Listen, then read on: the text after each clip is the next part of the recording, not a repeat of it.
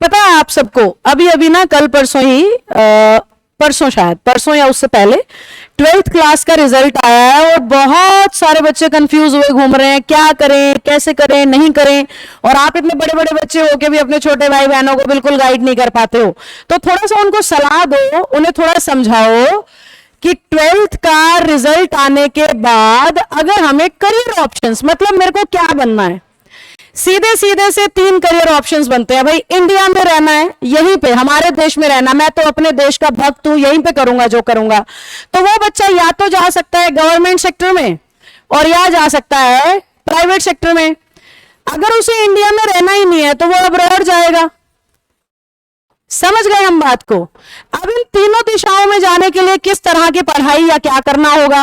12th का score तो आ गया, 12th तो पास हो गई, जो नंबर आने थे वो आ गए।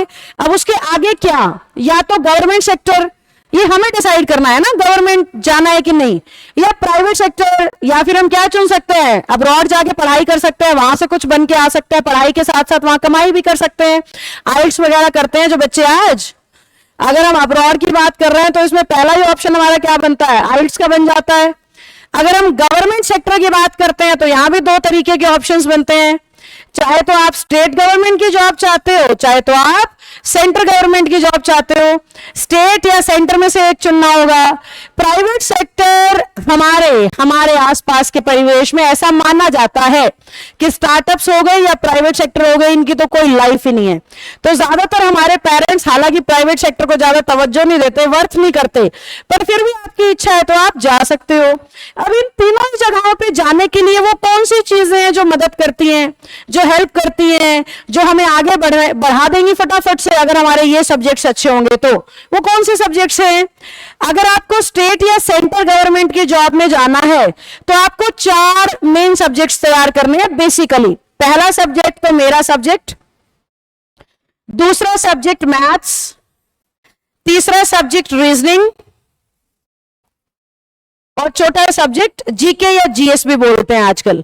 ये चारों सब्जेक्ट्स पे आपकी ठीक ठाक सी पकड़ होनी चाहिए। स्टेट वाइज थोड़ा थोड़ा सा एक्स्ट्रा ज्ञान वो आपसे उस स्टेट का पूछ सकते हैं, अदरवाइज कॉमन जो सब्जेक्ट है, यानी अगर आप में से मुझे सुनने वाला कोई भी ऐसा व्यक्ति है जो सरकारी नौकरी लेना चाहता है और उसको ये डाउट है कि क्या क्या पढ़ूं, कितना कितना पढ़ूं, तो उसको ये 4 सब्जेक्ट सॉलिड तैयार करने हैं।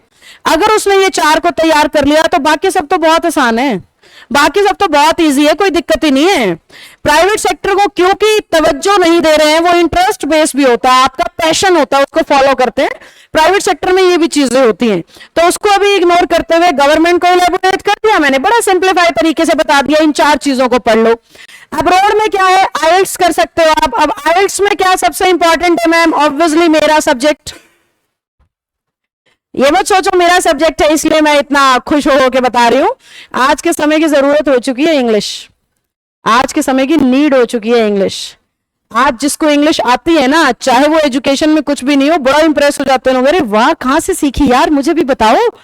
तो अगर आप विदेश जाना चाहते हैं तो आपको सबसे बड़ा फैक्टर जिससे लड़ना है ना, वो इंग्लिश है। और बहुत ज्यादा टफ नहीं है। आइल्स हमने शुरू किया है वेटिकन पे और मैं खुद पढ़ा रही हूँ उस बैच को, इसीलिए पढ़ा रही हूँ ताकि बच्चों को बता सकूं कि आइल्स में कोई बहुत बड़ी माया नहीं है। जैसी सी इंग्लिश मैं आपको गवर्नमेंट एग्जाम्स के लिए पढ़ाती हूँ, वैसी सी ही इंग्लिश थोड़ा सा उसका रूप बदल के हम आइल्स में पढ़ रहे होते हैं। तो जिसने भी आपके छोटे भाई बहन ने अगर 12th क्लास पास की है तो उसको गाइड करो कि बेटा सरकारी नौकरी लेनी है ना तो मेरे साथ आ जा, ये 4 सब्जेक्ट्स कर ले। वेटिकन सक्षम है, आपको पता है, सरकारी नौकरी दिलाने के लिए भी। अभी एसएससी का रिजल्ट आया हमारा, कितने सारे बच्चों का फाइनल सिलेक्शन हुआ है, देखा है ना आपने। और अगर आप अब्रॉड जाना चाहते हैं तो भी आपके लिए कॉमन सब्जेक्ट जो इन 4 में भी कॉमन है, वो उनमें से सिर्फ एक तैयार करने से आप अब्रॉड चले जाओगे।